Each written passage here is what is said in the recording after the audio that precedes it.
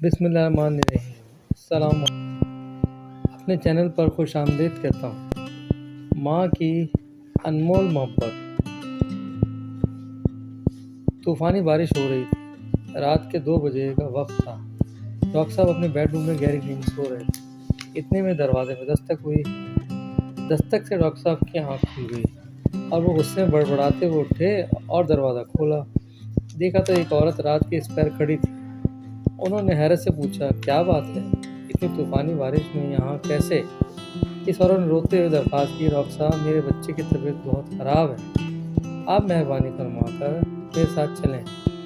Doctor साहब एक रहमदिल इंसान थे। वो उस औरत को लेकर अपनी गाड़ी में इसके घर की तरफ रवाना हुए। घर पहुंचकर वो औरत इन्हें एक कमरे में ले गई। वहाँ बेड पर एक बच्चा लेटा हुआ था और उसके साथ एक बूढ़ा शख्स बैठा हुआ था।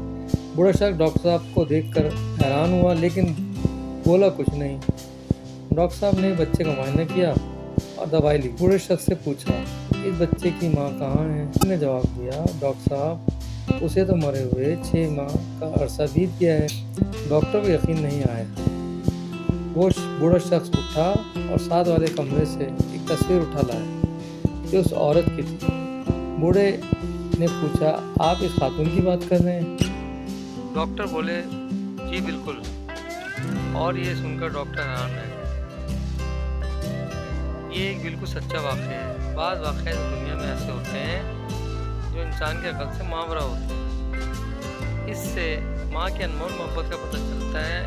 हमें अपने माँ बाप की कदर करनी चाहिए और उनकी खिदमत करते रहना चाहिए। और आखिर में मेरे चैनल को सब्सक्राइब करें और साथ लगे बेल आइकन को प्रेस करें ताकि मेरी हर नई आने वाली वीडियो आप तक सबसे पहले पहुंच सके। अल्लाह हाफ़िज़।